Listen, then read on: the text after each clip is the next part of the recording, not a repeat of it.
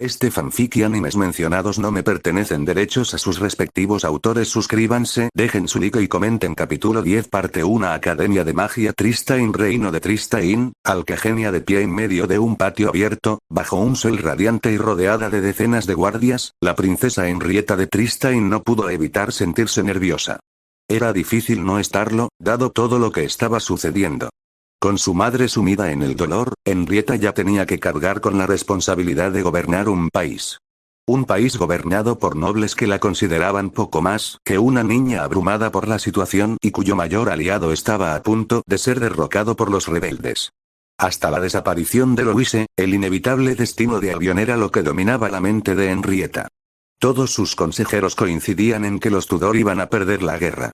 La Reconquista había obtenido demasiado apoyo, demasiado territorio y demasiados suministros como para que la familia real albionesa y sus lealistas pudieran recuperarse. Aunque Henrietta había intentado convencer a Tristane de que ofreciera ayuda clandestina a sus aliados, tanto por razones prácticas como personales, al final carecían de los recursos humanos necesarios para brindarles mucho apoyo, si es que les brindaban alguno. Quizás hubiera podido organizar algo por su cuenta, pero la desaparición de Louise acaparó toda su atención y se lo impidió. Para entonces, era una verdad tácita pero evidente que Albion caería, y que la Reconquista pondría sus ojos en Tristane a continuación. Como el más débil de los 4 reinos vimíricos, Tristane era un objetivo perfecto para expandir las ambiciones continentales de la Reconquista. Sabiendo esto, y sin poder contar con sus antiguos aliados, Henrietta se vio obligada a aceptar algo que antes habría considerado imposible. A finales de mes, Henrietta se casaría con el emperador Alberto III, el actual emperador de Germania. Su deseo de casarse con Henrietta no tenía nada que ver con sentimientos personales. Lo único que deseaba era fusionar su linaje con el del fundador, otorgando así mayor legitimidad a él, a sus descendientes y a Germania en su conjunto ante los 4 reinos vimíricos. A cambio, Tristane contaría con la protección del vasto e impresionante ejército de Germania, más que suficiente para garantizar su seguridad. La idea de ser prácticamente vendida como moneda de cambio a un hombre al que jamás había visto antes de su compromiso, y que ni siquiera la amaba, no le parecía bien a Henrietta. Si hubiera podido evitarlo, habría cancelado el compromiso. Pero, por desgracia, no tenía otra opción. Tristane necesitaba esa alianza con Germania. De lo contrario, serían destruidos. Por el bien de su pueblo, Henrietta sabía que debía resistir. A pesar de su inquietud, el compromiso había transcurrido bastante bien. Incluso tenía previsto viajar a Germania para preparar la boda. Entonces, justo antes de partir, el palacio recibió la noticia de la desaparición de Louise de la Academia de Magia de Tristane. Sin pensarlo 2 veces, Henrietta cambió sus planes y partió personalmente hacia la academia, enviando una carta al Kaiser para explicarle el repentino cambio. Sin duda, el emperador Alberto no apreciaría su decisión, pero Louise era lo primero. Tanto porque los Baviera eran quizá los mayores aliados de la familia real, como por el simple hecho de que Louise era su amiga. Su mejor amiga, de hecho, desde que eran compañeras de juegos en la infancia.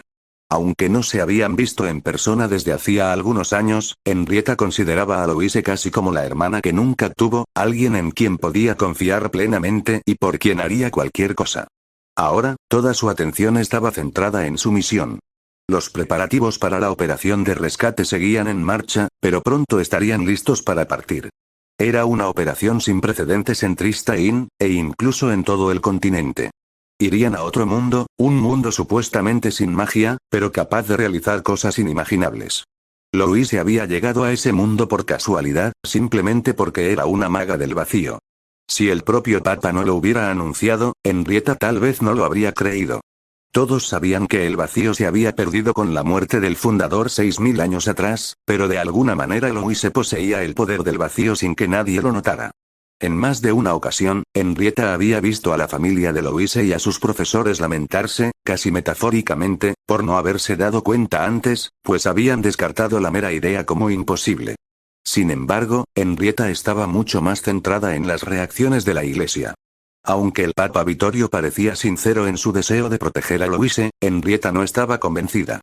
Meses de lidiar con nobles egocéntricos habían destrozado sus ideas preconcebidas. Quienes ostentaban el poder solo actuaban si obtenían algún beneficio, y la Iglesia no era una excepción. Querían algo. Henrietta no sabía qué, salvo que claramente concernía a Louise.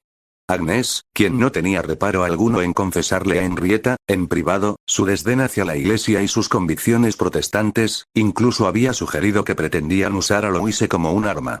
Si bien se desconocían las capacidades de la magia del vacío, era indudablemente poderosa. La idea horrorizaba a Henrietta, y no quería creer que la iglesia fuera capaz de llegar tan lejos.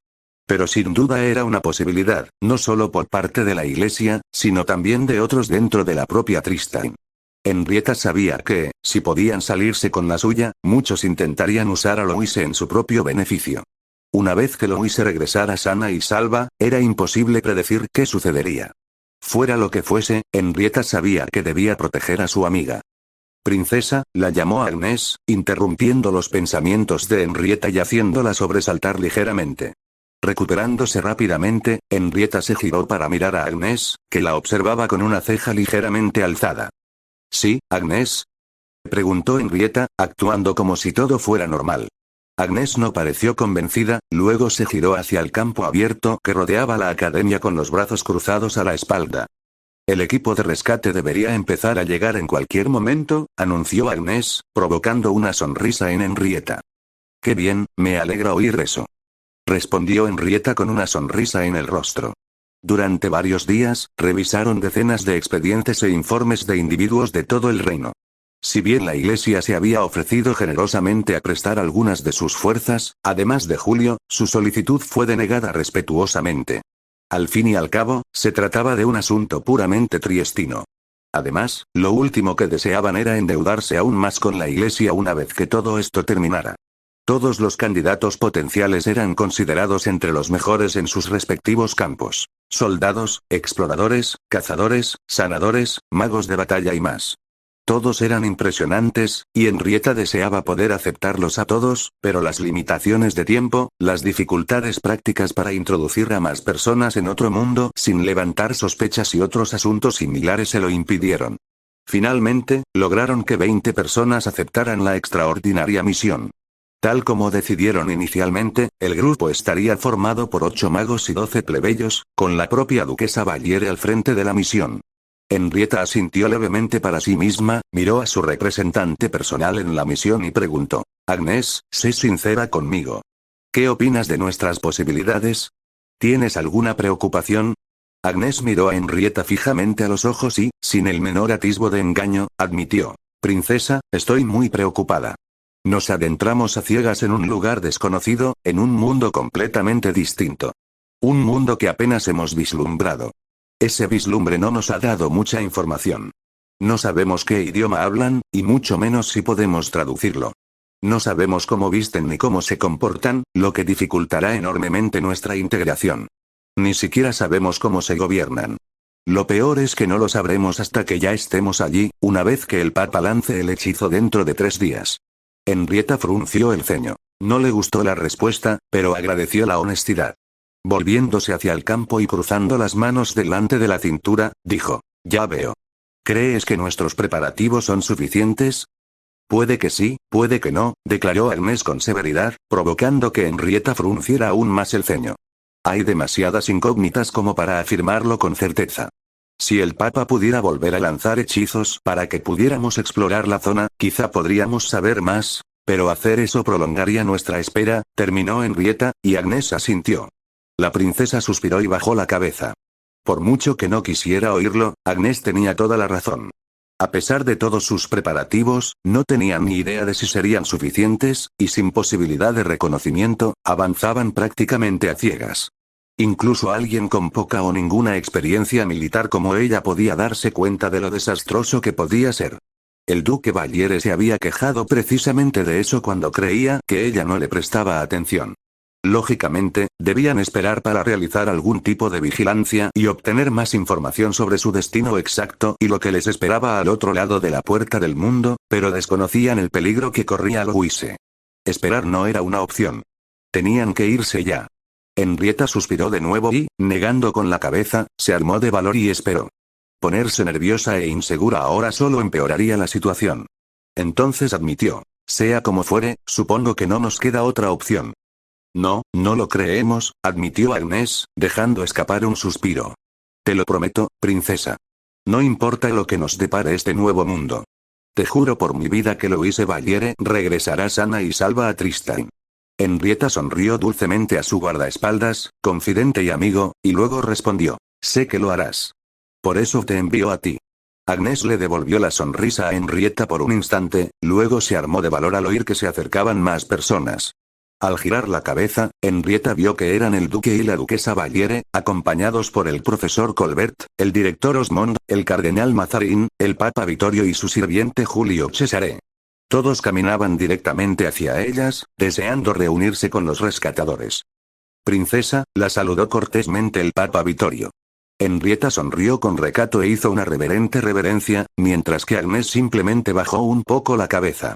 El papa hizo un gesto con la mano, indicándoles en silencio que se detuvieran, a lo que ellas obedecieron de inmediato. Volviéndose también hacia el campo, el papa Vittorio dijo. He recuperado gran parte de mi fuerza y voluntad. Debería poder lanzar el hechizo según lo planeado en 3 días. Me alegra oír eso, respondió Henrietta con una sonrisa sincera. Luego se volvió hacia los Valiere, en particular hacia la duquesa, y preguntó. Duquesa Valiere, supongo que está terminando sus preparativos personales.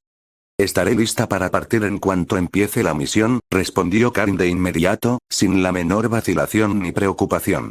Por la frialdad de su mirada, Henrietta sintió un escalofrío de nerviosismo. Karin de la Valiere era una figura imponente, pero Henrietta supuso que eso la hacía perfecta para la tarea. Henrietta asintió para sí misma y echó un vistazo a Julio y al profesor Colbert. No podía opinar sobre las habilidades que aportarían, pero al parecer Colbert había formado parte durante muchos años de un grupo de élite de magos antes de retirarse para dedicarse a la docencia. Además, era un mago de fuego de clase cuadrada, lo cual siempre sería útil. En cuanto a Julio, el papa Vittorio había afirmado repetidamente que sus habilidades estaban a la altura.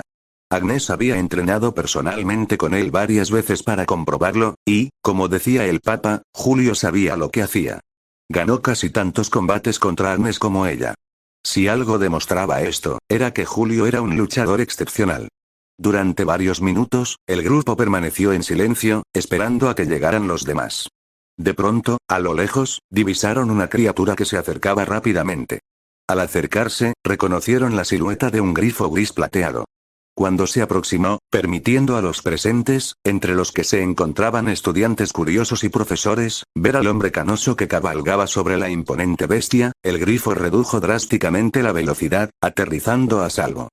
Gracias, muchacho, dijo el hombre a su montura, acariciando con cariño el grueso cuello del grifo antes de desmontar. Esto le permitió a Henrietta observarlo bien, aunque reconoció al caballero mágico de inmediato. Vizconde Wardes, le saludó el duque Valiere con una cálida sonrisa, que Wardes devolvió rápidamente. Duque y duquesa Valiere. Un placer, como siempre, respondió Wardes, y su sonrisa se desvaneció. Ojalá hubiera sido en mejores circunstancias. Disculpen por no haber llegado antes. Surgieron algunos asuntos con las propiedades de mi familia que requerían mi atención personal. Solo ahora se han resuelto lo suficiente como para que pueda partir. No es necesario que se disculpe, vizconde, respondió Karin, con rostro y tono de voz neutrales. Simplemente le agradecemos su ayuda en este asunto. Wardes negó con la cabeza y agitó la mano con desdén, diciendo, ahora, duquesa Valiere, no tiene por qué agradecerme. Después de todo, ¿qué clase de hombre sería si dejara a mi prometida en peligro cuando podría haber hecho algo para ayudarla? Los Valieres asintieron con aprobación, al igual que Henrietta. Como capitán de los ilustres caballeros Grifo de Tristain, el vizconde Jean-Jacques de Wardes era quizá uno de los hombres más hábiles al servicio de su reino. De hecho, fue la primera persona que ella y los Valieres nominaron, y aceptó la solicitud en cuanto se enteró. Al ser un mago de viento de clase cuadrada, sería un gran activo para el equipo. Una lástima que no pudiera traer a su familiar, ya que un grifo llamaría demasiado la atención. Mi señor, uno de los criados llevará sus pertenencias a su habitación, ofreció Osmond, mientras el criado en cuestión se acercaba, pero para su sorpresa, Wardes negó con la cabeza. No hace falta que te preocupes por eso, respondió Wardes. Solo traje lo estrictamente necesario y puedo cargar con ello sin problema. Sin embargo, necesitaría saber dónde me alojaré antes de que empiece nuestra misión. Por supuesto, respondió el criado, un hombre de mediana edad con un impresionante bigote. Henrietta esbozó una sonrisa de alivio, y no le costó mucho adivinar el motivo. La mayoría de los nobles hacían que sus sirvientes plebeyos les hicieran de todo, desde llevar sus pertenencias hasta cambiárselas, pero Wardes era una de las pocas excepciones. Con el sirviente haciendo una seña a Wardes con el brazo extendido para que lo siguiera, desaparecieron en el edificio principal de la academia. Volviendo su atención al camino que conducía a la academia, la princesa y los demás observaron y esperaron a que llegaran más. Durante las siguientes horas, cada vez más miembros del grupo se dirigieron a la academia. Algunos llegaron como Wardes, a lomos de su montura. Otros llegaron en carruajes.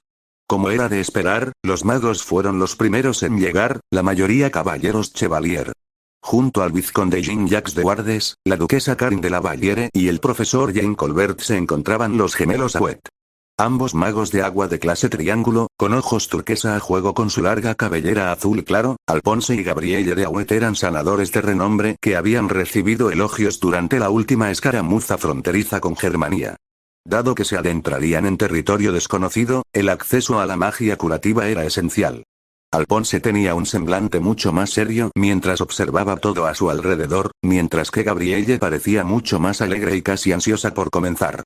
Henrietta no confundía su actitud con desdén, pues sabía que Gabrielle de Auet estaba tan comprometida con el rescate de Louise como su hermano gemelo. Detrás de los Auets se encontraban los dos magos de tierra de clase triángulo que habían seleccionado para la expedición. El barón Gilles de Valois era un mago de batalla que había servido al duque Valliere, especializado en formar grupos de golems para atacar al enemigo mientras atraía la mayor parte de su atención. Era un hombre de mediana edad, de hombros anchos y musculoso, con una espesa barba negra y ojos marrones severos. Gilles ciertamente parecía intimidante, pero su rostro se iluminó al ver a su antiguo comandante, quizá por primera vez en años, y declaró con entusiasmo que él mismo traería de vuelta a la hija desaparecida de Valliere. Junto a él estaba Roseline de Cazenave, una mujer alta y esbelta, de piel bronceada y cabello castaño corto. A diferencia de su colega mago de la tierra, se especializaba en manipular la tierra misma para formar estructuras donde refugiarse o alterar el terreno a su favor. Era capaz de crear desde puntos estratégicos elevados y puntos de estrangulamiento hasta provocar terremotos localizados para desorientar a las fuerzas enemigas. Tenía un carácter mucho más severo que el barón Valois y era mucho más joven. Sin embargo, su cuerpo lucía numerosas cicatrices en los brazos y una muy visible en la mejilla izquierda, bajo el ojo. Dado que los nobles tenían acceso a magia curativa que podía eliminar fácilmente cualquier cicatriz antes de que se formara, Henrietta y los demás sabían que Roseline permitía que esas cicatrices permanecieran allí deliberadamente. Desconocían el motivo. La última maga en llegar fue Bernadette de Fabre, una maga de fuego de clase triángulo. Al igual que Roseline, era una de las más jóvenes del grupo, con una larga melena roja brillante recogida en una coleta que contrastaba armoniosamente con su tez clara. Una leve sonrisa se dibujó en su rostro mientras se inclinaba ante quienes la recibían, un gesto que su familiar Fénix repitió desde su hombro. Si bien Colbert admitió que se sentía más cómodo con los ataques de área, ella utilizaba su magia de una forma mucho más concentrada y precisa. Una metodología que resultó devastadora cuando lanzó rayos de fuego concentrados para aniquilar a su objetivo sin dañar gravemente la zona circundante. A medida que llegaban los magos, eran recibidos por una doncella o sirvienta personal que les ayudaba con sus pertenencias y los acompañaba a sus habitaciones. Henrietta no pudo evitar notar que fue entonces cuando el Papa Vittorio se despidió, sin esperar a que llegaran los soldados plebeyos. Mientras Julio permanecía en su lugar, Henrietta frunció el ceño por un instante.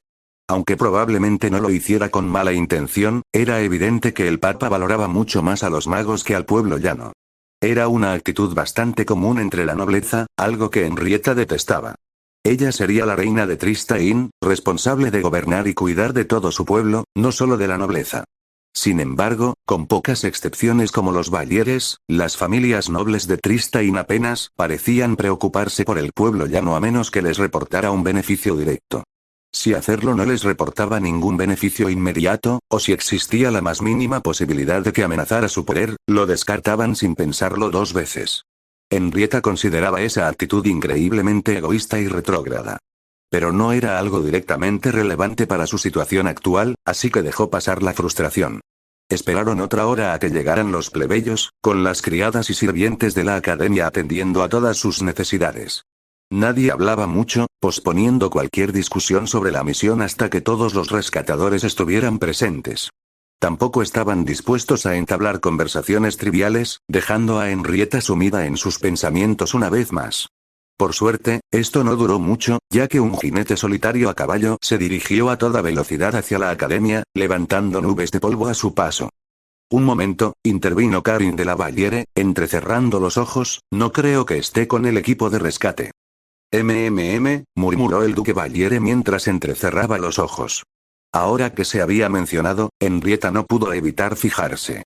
Los soldados rasos, la mayoría recomendados por la propia Agnes, eran transportados juntos a la academia en un carro. Ninguno debía llegar solo a caballo. Al acercarse el jinete, la sospecha de Henrietta la impulsó a levantarse de la silla en la que estaba sentada. Princesa, carta urgente del palacio. Es un informe de los exploradores de Albion. Exclamó el jinete, frenando en seco frente a ella. Henrietta, al ver su uniforme, reconoció la insignia del gremio de mensajeros de Tristain, cuyos servicios habían sido contratados por la familia real para transportar mensajes y paquetes importantes por todo el reino. En su mano llevaba un pequeño pergamino con el sello real, que Henrietta tomó con cuidado. Tragando saliva con nerviosismo mientras sentía un nudo en el estómago, Henrietta levantó la vista y dijo: «Gracias. ¿Necesita algún pago o le pagaron por adelantado?» «El gremio fue pagado por adelantado, Alteza», aseguró el mensajero, y luego le hizo una reverencia cortés desde su caballo. Acto seguido, tan rápido como había llegado, se marchó de la academia, dejándolos a todos atrás. Todas las miradas estaban puestas en ella, y con otro trago, Henrietta rompió con cuidado el sello de cera con un cuchillo que le ofreció Agnes. Desenrollando el pergamino, Henrietta comenzó a leer en silencio, y su corazón se hundió rápidamente. «Princesa Henrietta, con gran pesar debo informarles que Newcastle ha caído», leyó Henrietta, con las manos temblando. Agnes y los demás la miraron con preocupación, y los rostros de Agnes y los Vallieres se ensombrecieron al comprender la situación. Si bien los lealistas opusieron una valiente resistencia, aguantando durante varios días, finalmente fueron derrotados y masacrados hasta el último hombre. Desafortunadamente, el príncipe Wallace Tudor se encontraba entre ellos. Murió con honor, luchando junto a sus hombres y animándolos antes de ser finalmente vencidos. Ahora mismo están saqueando todo el castillo en busca de objetos de valor. Curiosamente, parecen buscar algo en particular. No puedo decir qué es sin acercarme. Por suerte, emplearon una cantidad considerable de sus fuerzas en la toma de Newcastle, lo que debería darnos tiempo para reforzar nuestras tropas y fortificarnos, pero desconozco cuánto. Permaneceré en Albion para seguir vigilando la situación. Por la gloria de Tristan. Tras terminar la carta, Henrietta arrugó el pergamino entre sus manos. Al principio guardó silencio, apenas capaz de contenerse, entonces el director Osmond preguntó en voz baja: «¿Qué decía?». Transcurrieron unos instantes, y entonces Henrietta respondió: nuestros ojeadores en Albion informan de que Newcastle ha caído y que el príncipe Wallace ha muerto». «Fundador», murmuró Julio, con los ojos muy abiertos. «Con la caída de Albion, eso significa, Tristain está en la mira de la reconquista en este preciso instante», concluyó el duque Valliere, frunciendo el ceño mientras apretaba la silla con fuerza. Incapaz de mirarlo a los ojos, Henrietta asintió. A medida que asimilaba las implicaciones, Henrietta contuvo el aliento y las lágrimas comenzaron a acumularse en sus ojos. Con tristeza y compasión en la mirada, el cardenal Mazarino le puso la mano en el hombro con ternura y le dijo: «Princesa, no tiene por qué preocuparse más. Yo me encargaré del resto». «Yo», empezó a protestar Henrietta, pero se detuvo. Quería continuar, mantenerse firme, pero sabía que no podía. Con el corazón apesadumbrado, asintió en señal de aprobación y se marchó acompañada de Agnes. De reojo, no pudo evitar notar que tanto el duque como la duquesa Valliere la miraban con ojos inquisitivos y reprochadores, frunciendo ligeramente el ceño. Ninguno de los dos pronunció palabra, pero a Henrietta le bastó para sentir su desaprobación. Se refugió en el edificio privado más cercano, que resultó ser la casa de baños. En cuanto Agnes cerró la puerta con llave, Henrietta perdió la compostura y la abrazó con fuerza mientras sollozaba en su hombro.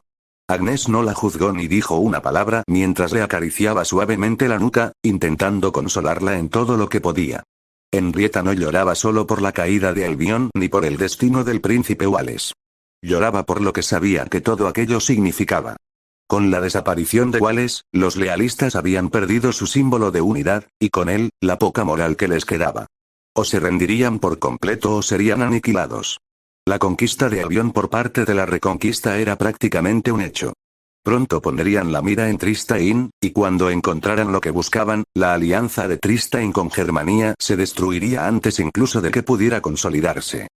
«Soy una tonta», sollozó Henrietta, con lágrimas y mocos corriéndole por las mejillas. «No debí haber enviado esa carta». «No, no lo estás», la consoló Agnes. «Estabas enamorada. No hay nada de tonto en eso». Henrietta no sabía si Agnes mentía o no. Una parte de ella presentía que sí, pero no le importaba. Necesitaba el consuelo que Agnes pudiera brindarle. En su interior, sin embargo, sabía lo que estaba a punto de suceder. Aunque albergaba la esperanza de que Gales hubiera actuado con pragmatismo y destruido la carta, sabía que no lo habría hecho. Gales era demasiado sentimental y la amaba demasiado como para considerar tal cosa. En retrospectiva, fue una mala decisión. Henrietta ignoraba cómo Reconquista había obtenido la información sobre la carta, pero era evidente que eso era lo que buscaban. Los Bayeres también intuían la verdad sobre su relación con Gales, a juzgar por las miradas que le dirigían. Una vez que Reconquista encontrara la carta, que confirmaría que la relación de Henrietta con el príncipe Gales iba mucho más allá de un simple cortejo, solo tendrían que entregársela al emperador Alberto. Al revelarse que su prometida había sido manchada, el escándalo resultante provocaría la cancelación de la boda. Tristain estaría sola, presa fácil para la Reconquista. Parecía que el reinado de Henrietta como monarca, aunque solo fuera de nombre, estaba condenado al fracaso por una estúpida decisión tomada años atrás. Sin embargo, mientras reflexionaba sobre esto, su duelo comenzó a transformarse en una sensación que al principio no supo describir. Tardó un instante en reconocerla, pero a medida que pensaba en lo que debía hacer en ese preciso momento, se dio cuenta de que era la determinación de quien ya no tenía nada que perder. En ese momento, no importaba si Tristain se defendía sola de la inevitable invasión de la Reconquista. Lo que importaba era que su amiga, Louise de la Valliere, necesitaba su ayuda para regresar a casa. Apartándose de Agnes, Henrietta usó un pañuelo que le ofrecieron para secarse las lágrimas y los mocos. Armándose de valor, Henrietta se dirigió a la puerta de los baños. Sin esperar a que Agnes la abriera, agarró con firmeza el pomo y la abrió ella misma. No importaba si sus días como monarca estaban contados, ni si sus aliados más importantes la despreciaban ahora.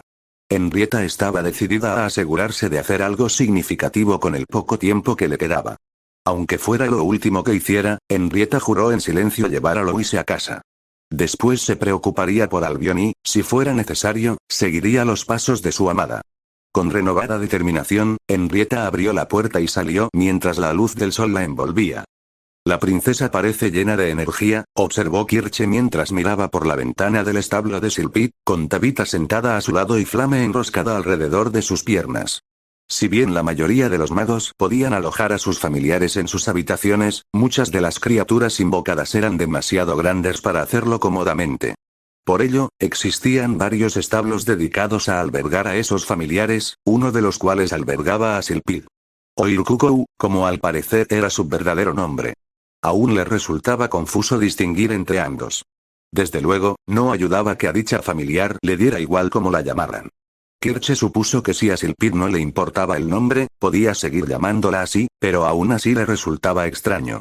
Con la intención de romper el silencio en el que se encontraban, y también para distraerse del olor de todos los animales que la rodeaban, Kirche preguntó: «¿Qué crees que decía esa carta?» «Probablemente un informe sobre Albion», respondió Tabitha, sin dejar de observar al grupo de la princesa mientras leía un libro. Para cualquier observador, parecían simplemente dos estudiantes cuidando de sus familiares mientras descansaban. Nada sospechoso, sin duda. «Oh», murmuró Kirche, frunciendo el ceño ante la implicación tácita.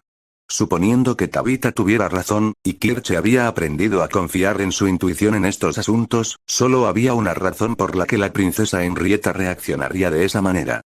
«Albion ha caído, ¿verdad?», preguntó Kirche, a pesar de ya saber la respuesta, y Tabitha asintió. «Probablemente», respondió Tabitha. Por un instante, apretó con más fuerza las encuadernaciones del libro, pero solo duró un momento. Fue suficiente para que Kirche lo entendiera, y dejó escapar un suspiro. Si Albion ha caído, eso significa que Tristain será la siguiente, conjeturó Kirche, y Tabitha asintió de nuevo. Tras otro suspiro, Kirche añadió. Por lo visto, Henrietta lo sabe. Sin embargo, actúa como si todo estuviera bien. Lo más probable es que esté en negación, sugirió Tabitha, pasando la página de su libro. O que sea ingenua. Quizás, admitió Kirche asintiendo con la cabeza. Aunque, al observar con más detenimiento a la princesa, Kirche pudo percibir cierta pasión en ella. Un fuego se encendió en su interior al reunirse con el grupo de adultos.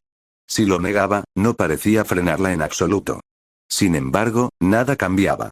Sin ayuda externa, Tristain no tenía ninguna posibilidad de sobrevivir a una invasión albionesa. Poseían la armada más grande de todo el continente, por lo que podrían arrasar Tristain sin problemas antes de atacar el resto. Lo más probable era que la reconquista fuera derrotada allí, ya fuera por Galia o Germania, pero eso no significaba mucho para Tristain. De vuelta al silencio, Kirche observó y esperó la llegada de los soldados plebeyos. Si la princesa o los demás decían algo, no podía oír ni una palabra. Aunque existían hechizos para amplificar las palabras, no eran muy útiles desde tan lejos. Sin mencionar que usar un hechizo así conllevaba el riesgo de ser descubiertos. Lo único peor que ser atrapados durante la misión era ser atrapados antes de que comenzara. Ambos casos implicaban un castigo, pero la diferencia radicaba entre la detención o incluso la expulsión y la prisión por espionaje. Claro que esa última opción seguía siendo una posibilidad latente si los atrapaban al partir, pero Kirche creía que podría disuadirlos. Eso esperaba. Solo quiero decir que esto sigue siendo una idea terrible, dijo Kirche, apoyando la cabeza en la mano que tenía apoyada en el alféizar de la ventana. Entonces quédate aquí, ofreció Tabitha una vez más, a lo que Kirche solo respondió negando con la cabeza. Sabes que no haré eso. Además, sin mí no entrarás, señaló Kirche. Su plan, en apariencia, era sencillo. Una vez que llegaran los soldados plebeyos, ella y Tabitha pasarían los 2 días siguientes vigilándolos para convertirlos en objetivos personales. Usando las pociones para dormir que Kirche había estado recibiendo y acumulando de su compañero Montmorency, junto con su propio encanto, drogarían a 3 de los plebeyos y usarían una poción de disfraz que Tabitha ya había preparado. El único ingrediente que faltaba eran unos mechones de cabello, saliva o cualquier otra cosa similar para que la poción las transformara a ella, a Tabitha y a Silpid en duplicados físicos perfectos. Luego, ocuparían los lugares de sus objetivos en el grupo de rescate y desembarcarían en el lugar al que Louise se hubiera invocado. La verdad es que Kirche no tenía un plan muy definido sobre qué sucedería después, aparte de rescatar a Louise y usar sus amplias habilidades interpersonales para obtener el castigo más leve posible, pero al menos llegarían a su destino. Todavía no entiendo muy bien a dónde vamos, admitió Kirche encogiéndose ligeramente de hombros. Es decir, si no supiera nada mejor, diría que este portal que está preparando el Papa nos lleva a otro mundo. Al menos, así lo describen. Probablemente sea solo una hipérbole, dijo Tabitha, pero había un ligero temblor en su voz que sugería que ella también dudaba.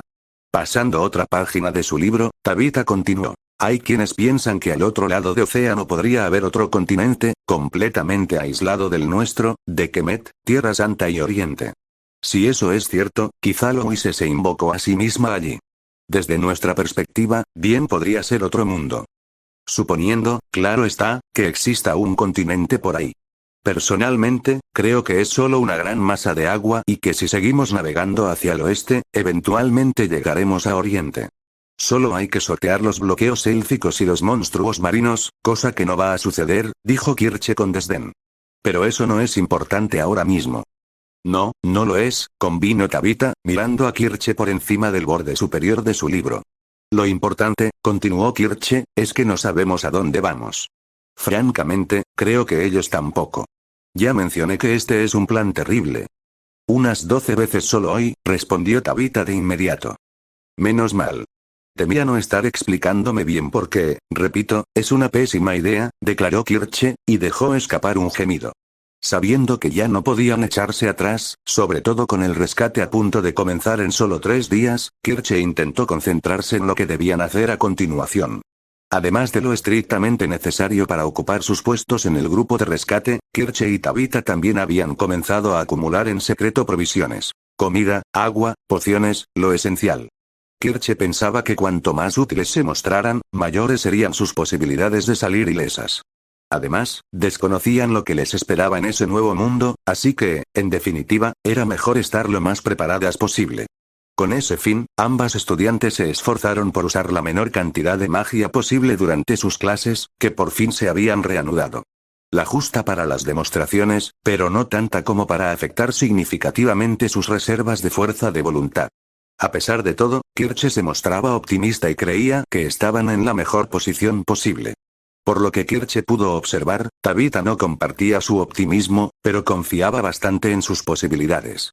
Con una leve sonrisa, Kirche acarició la cabeza de Flame, solo para oír un débil gemido. Volviendo la cabeza rápidamente, vio a Silpid observando al grupo de la princesa con ojos nerviosos, encogida sobre sí misma. ¿Qué te pasa, Silpid? Preguntó Kirche con preocupación. Su pregunta hizo que Tabitha dejara de leer su libro y que Silpid se estremeciera. Silpid está bien, respondió ella, pero ninguno de los magos le creyó.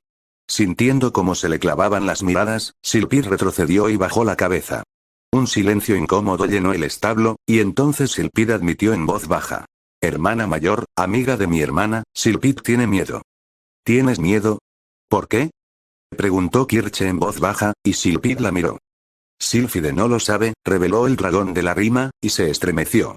Sylphide no sabe por qué tiene miedo, pero, sigue teniendo la sensación de que algo anda mal.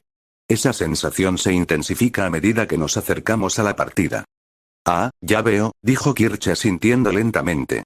A pesar de ser un dragón poderoso e inteligente, Silpid, o Irkukou, seguía siendo, en efecto, un niño. Lo siento, se disculpó Silpid en voz baja, pero Kirche negó con la cabeza.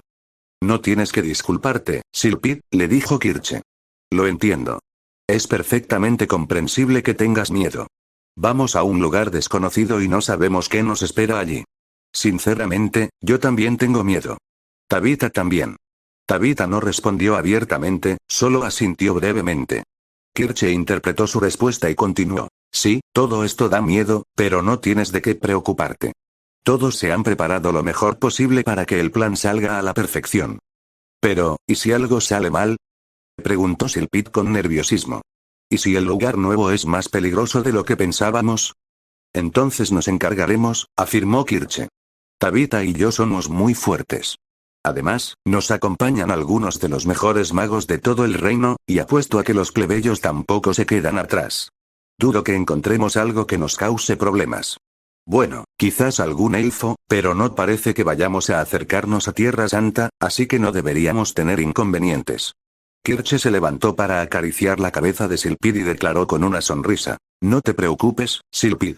Sé que esto da miedo y es muy estúpido, pero vamos a estar bien. De verdad, ¿qué es lo peor que nos podría pasar? 25 de septiembre de 1998, 13:30, Raccoon City, Condado de Arklay, Estados Unidos de América. Saito golpeó con todas sus fuerzas la cabeza de una chica zombificada, que parecía tener su misma edad, con su bate de béisbol.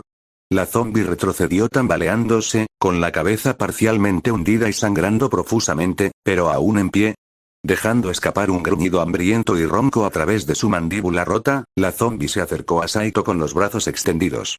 Sin dudarlo un instante, Saito continuó golpeándola, primero en la rodilla, que se rompió fácilmente. Las piernas de la zombie cedieron, haciéndola caer al suelo y permitiendo que Louise, con un tubo de plomo puntiagudo en la mano, la rematara con una puñalada en la cara. Se convulsionó durante unos instantes mientras la sangre se acumulaba alrededor de su cabeza, hasta que finalmente quedó inmóvil. Haciendo una mueca ante la macabra escena, Louise sacó la tubería con un chapoteo húmedo. Su arma improvisada estaba cubierta de sangre y había perforado el cráneo del zombi lo suficiente como para que pudiera ver a través de él. Antes, tal vez habría sentido la necesidad de vomitar, de vaciar el estómago ante la visión de una muerte tan violenta, pero hacía tiempo que había superado esa sensación. La escena aún la repugnaba y horrorizaba, y a Saito también, pero no tenían tiempo para pensar en ello. Sobre todo porque oyeron los gemidos de más zombies cerca, lo que les indicaba que debían marcharse. Sin apenas mirar a Saito, ambos echaron a correr calle abajo. Coches accidentados y farolas volcadas cubrían el suelo, formando un laberinto, ligeramente inundado después de que un camión chocara contra una boca de incendios la noche anterior. Sin nadie que cerrara el grifo, el agua seguía brotando como un geyser, y el conductor colgaba a medio salir por la ventanilla. Su piel era de un gris cadavérico y tenía el cuello ensangrentado por una herida visible. Cuando Saito y Louise se acercaron, intentando sortear una hilera de coches, el cuerpo del hombre cobró vida de repente, gruñendo y extendiendo la mano hacia ellos. Sobresaltado, Saito dio un salto hacia atrás y alzó su bate de béisbol en actitud protectora. El zombi seguía intentando alcanzarlos, pero estaba atrapado dentro por los restos del cinturón de seguridad. Sin la capacidad cognitiva para desabrocharlo, ambos adolescentes sabían que no los alcanzaría pronto. No se podía decir lo mismo de los demás zombis cercanos, que seguían avanzando hacia ellos como bestias hambrientas. Acelerando el paso, ambos echaron a correr, evitando a los zombis en lugar de enfrentarse a ellos. Si alguno se acercaba demasiado y no podían escapar, lo eliminaban rápidamente antes de huir. Ya era una rutina. De hecho, Louise ni siquiera había empuñado su revólver ni su varita desde que salieron del apartamento de Samantha esa misma mañana. Saito tampoco, aunque tenía la excusa de no tener munición. «Por aquí», gritó Saito, señalando hacia un callejón lateral hacia el que corrían. Asintiendo en señal de aprobación, Louise lo siguió, pero se detuvieron al divisar un pequeño grupo de zombis acurrucados alrededor de un cadáver. Al oír su llegada, los zombis se detuvieron y lentamente giraron la cabeza y el cuerpo para mirarlos fijamente. Sus bocas goteaban sangre rojo oscura y sus ojos estaban vidriosos y pastosos. Sin dudarlo, Saito y Louise se dieron la vuelta y echaron a correr. Tras ellos, los zombis abandonaron su comida y los persiguieron a trompicones, quedándose rápidamente atrás mientras otros zombis los atacaban por los flancos. Parecía que, a donde quiera que iban, había más zombis esperando para emerger de las sombras. Incluso si una zona parecía despejada al principio, no tardaba en ser profanada por las hordas de muertos vivientes que convergían en ella. Por eso, Saito y Louise no dejaban de moverse, deteniéndose solo para descansar brevemente cuando tenían tiempo, lo cual no era frecuente. Mientras corrían calle abajo, un zombi surgió de entre dos coches y logró aferrarse a los hombros de Saito. Gritó: «¡Mierda!», mientras forcejeaba para quitárselo de encima, pero el zombi lo sujetaba con demasiada fuerza. Cuando el zombi abrió la boca y se dispuso a morderle el cuello a Saito, Louise le clavó la punta de su tubo en la sien con la fuerza suficiente para atravesarle el cráneo por completo. Sangre y materia cerebral brotaron de ambos extremos del tubo, y el zombi se desplomó sobre Saito, quien rápidamente lo apartó. Una mancha de sangre le corrió por la sudadera al caer el cuerpo, y tuvo que quitarse el cadáver de encima de una patada, pero por lo demás estaba bien. Saito le dirigió a Louise una mirada de agradecimiento, quien asintió antes de intentar sacar el tubo del cráneo del zombi. Desafortunadamente, aunque lo sujetó con fuerza y tiró, descubrió que no se movía. «Vamos, vamos», gruñó Louise frustrada. Por más que lo intentó, la tubería no se movía. Intentó apoyar el pie en el cuerpo del zombi para hacer palanca y sujetar un extremo con ambas manos, pero tampoco sirvió de nada.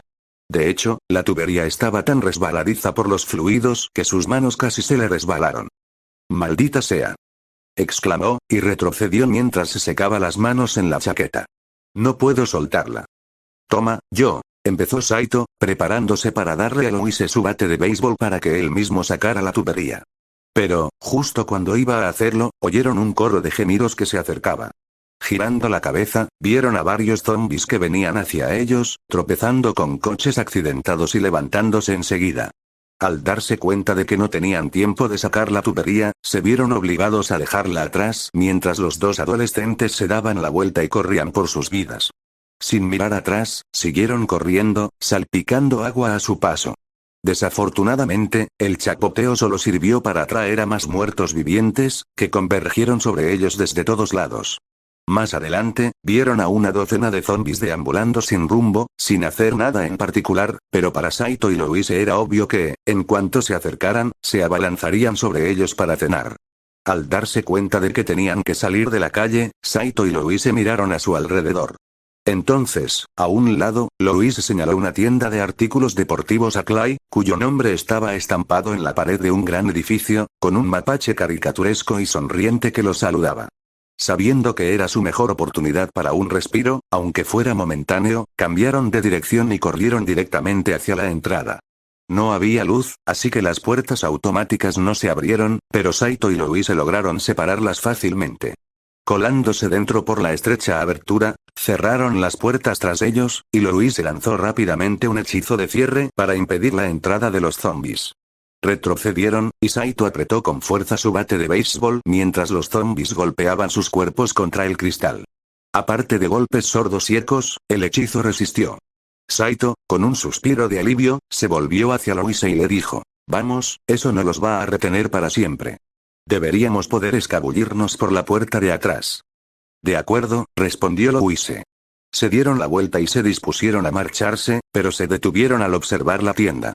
Parecía prácticamente desierta. Las estanterías estaban medio vacías y la mayor parte de la mercancía estaba esparcida por el suelo. Era evidente que el lugar había sido saqueado por supervivientes desesperados en busca de provisiones, pero parecía que no se lo habían llevado todo. Con la curiosidad despertada, Louise sugirió: «¿No deberíamos echar un vistazo primero a este sitio? Quizá podamos encontrar algo». «Creo que cualquier cosa útil ya habría sido tomada», señaló Saito, girando la cabeza mientras se alejaban de las puertas principales. «Quizás», admitió Louise, «pero no estaría de más comprobarlo». Saito la miró un instante, asintió en señal de aprobación y dijo: «De acuerdo, pero no podemos quedarnos mucho tiempo. Solo tomemos lo que necesitemos». Louise asintió, ya que lo había decidido, y luego se adentraron en la tienda.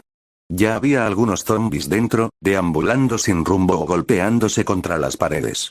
Como antes, Saito y Louise intentaron evitarlos siempre que fue posible. Al divisar rápidamente la sección de caza, ambos adolescentes se dirigieron directamente hacia ella. Allí se encontraron con un par de zombies, pero Saito logró acabar con ambos con unos cuantos golpes en las rodillas y la cabeza. «Me doy cuenta de que atacarles primero las rodillas parece funcionar mejor», comentó Louise sin poder evitarlo mientras Saito terminaba de reducir la cabeza del segundo zombie a pasta. «Sí, yo también lo noté», admitió Saito, respirando con dificultad mientras el sudor le perlaba la frente.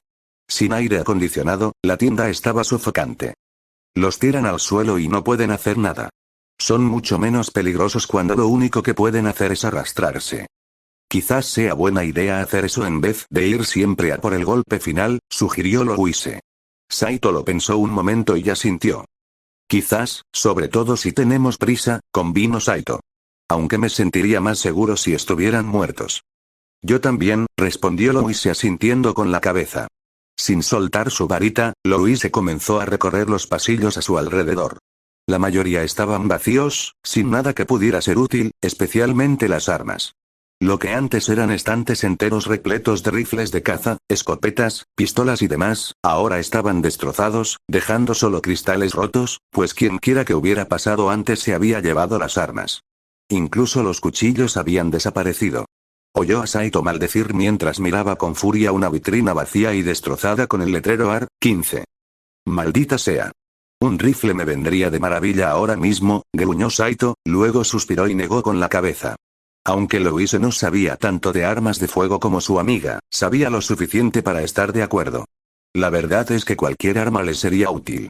Solo tenían 10 cartuchos del calibre 38 especial para el revólver modelo 36 que había recuperado, que se agotarían rápidamente. Al darse cuenta de que no iba a encontrar un arma de fuego, Louise se conformó con buscar la siguiente mejor opción: munición. Rebuscando entre los estantes casi vacíos de la tienda, Louise finalmente encontró una caja de balas Red Dot de 9 milímetros. Por lo que pudo ver, era lo único que quedaba intacto, al menos en ese pasillo. «Saito, te encontré balas», gritó Louise. Saito, que sostenía una ballesta de caza, la dejó de inmediato y se acercó. Louise le ofreció la caja de munición, y el rostro de Saito se iluminó al sacar su pistola. «Perfecto», dijo Saito, tomando la caja antes de colocar sus 2 cargadores vacíos sobre la superficie plana más cercana. Mientras comenzaba a introducir las balas en los cargadores, añadió: «Cúbreme. Esto puede tardar un poco». Louise asintió y se interpuso entre Saito y él para protegerlo. Con la varita apretada frente a ella, Louise vigilaba atentamente en busca de zombies.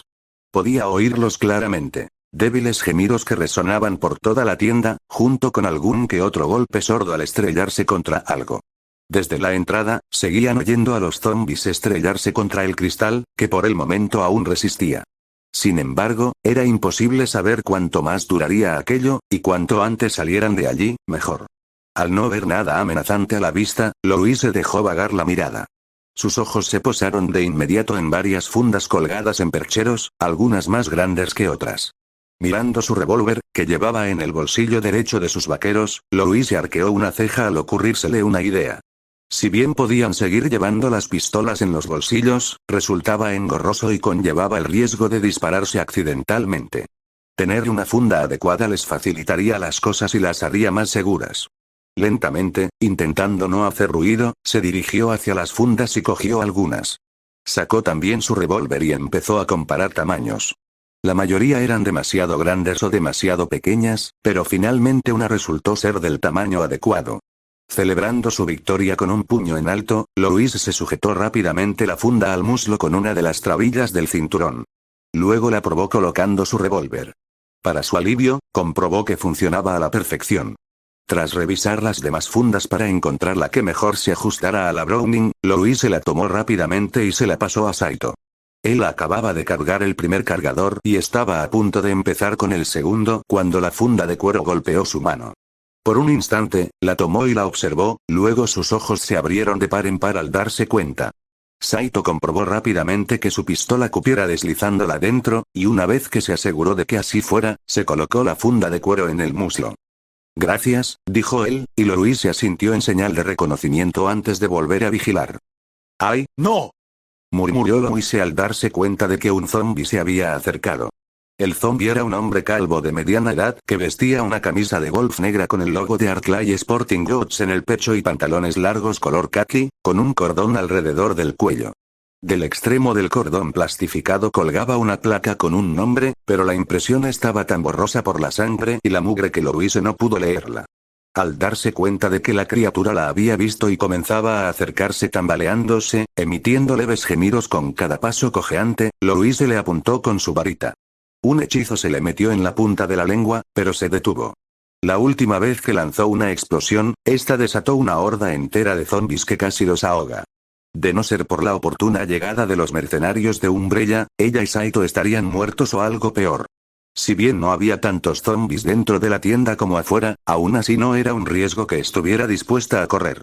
Echando un vistazo a la ballesta desechada, Louis se la agarró rápidamente.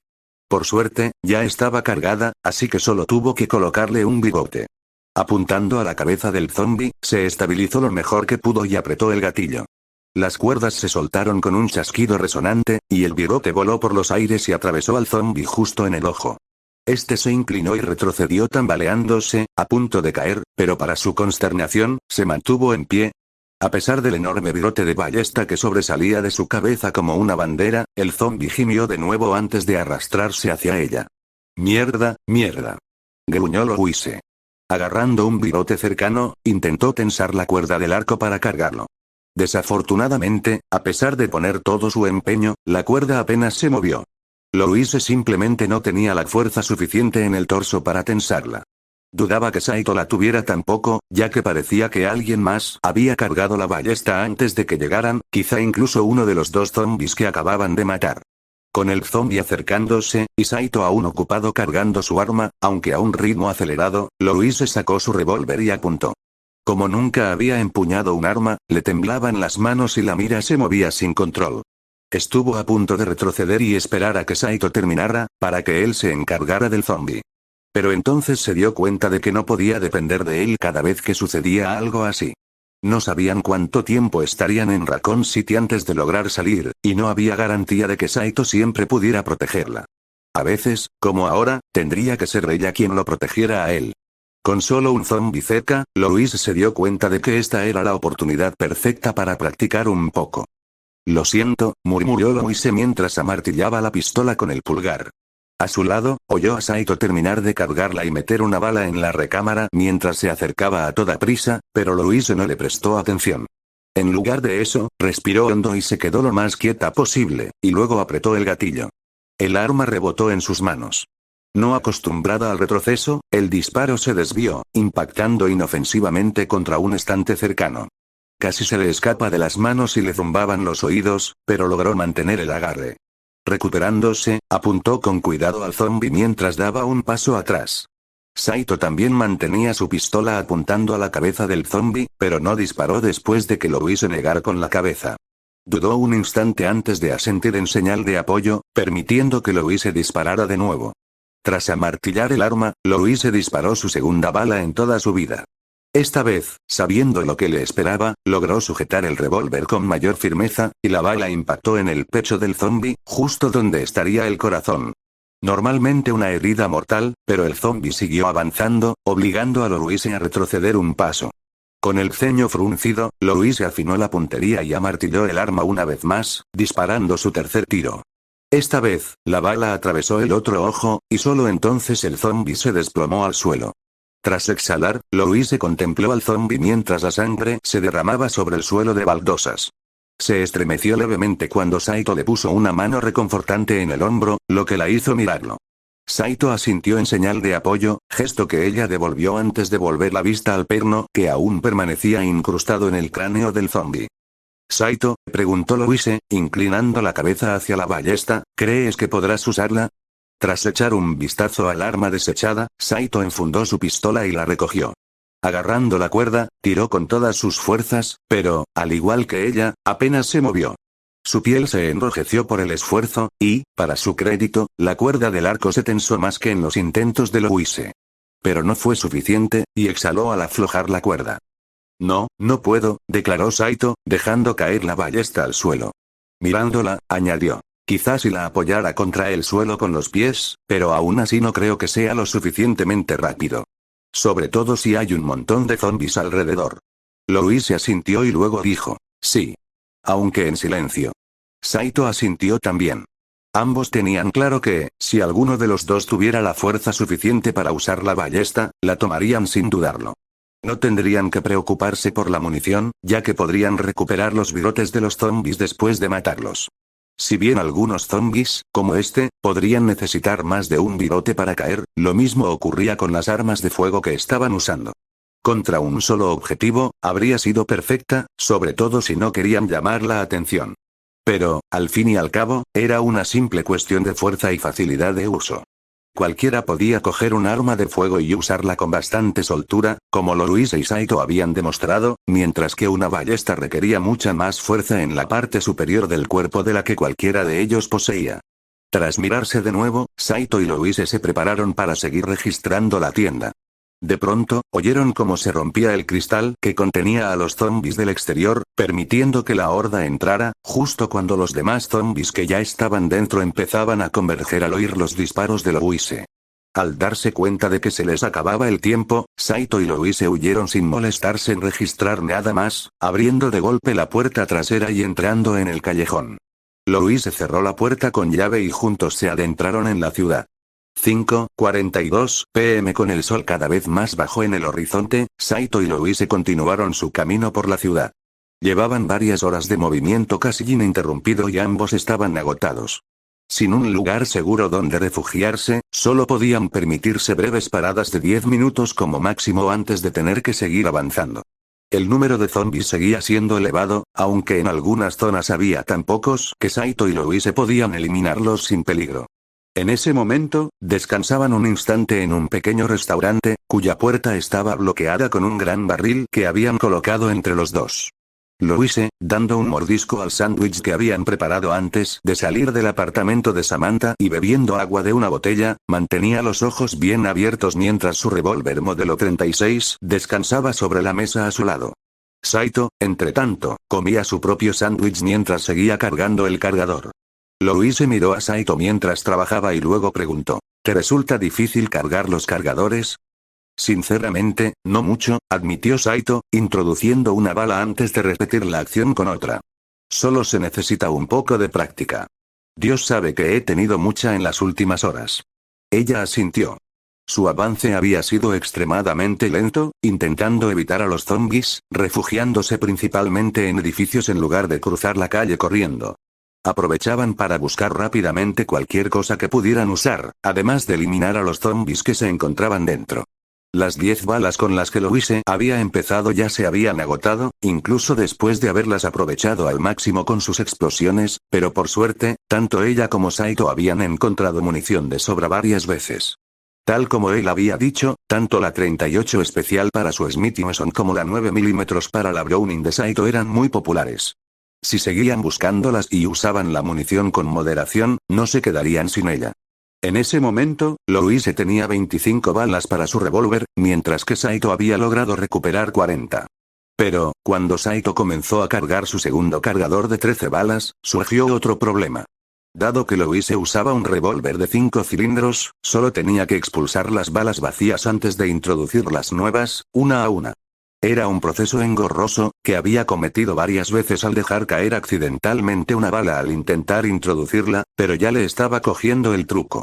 Saito, sin embargo, no tenía esa ventaja. Si bien tenía 40 balas, solo disponía de 2 cargadores. Si usaba ambos, tendría que dedicar tiempo a introducir las nuevas balas. En la práctica, solo podía usar 26 en cada combate.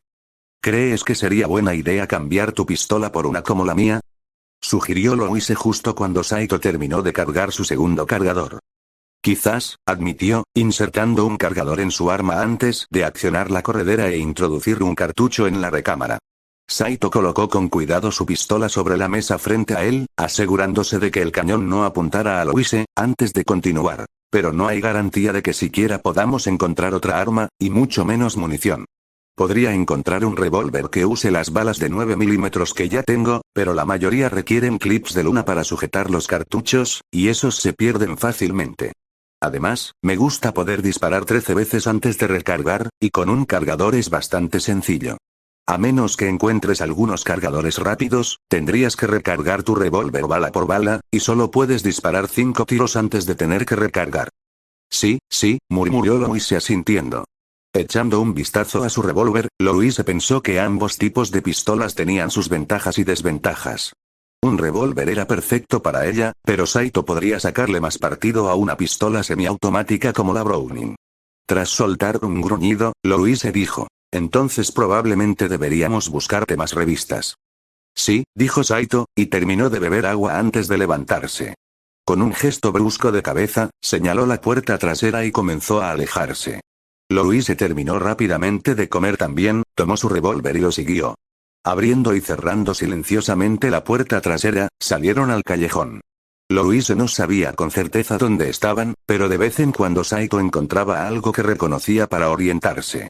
En ese momento, seguían buscando un vehículo para salir de la ciudad, pero, por desgracia, su magia no era suficiente para arrancar el motor. Era demasiado complicado, y no se sentía lo suficientemente segura como para intentarlo y arriesgarse a que explotara accidentalmente. Por desgracia, tampoco habían encontrado ninguna llave de coche, lo que significaba que estaban atascados buscando una aguja en un pajar. Quizás si fuera maga de tierra podría simplemente fabricar una llave para cualquier coche que quisieran, pero esa opción estaba descartada.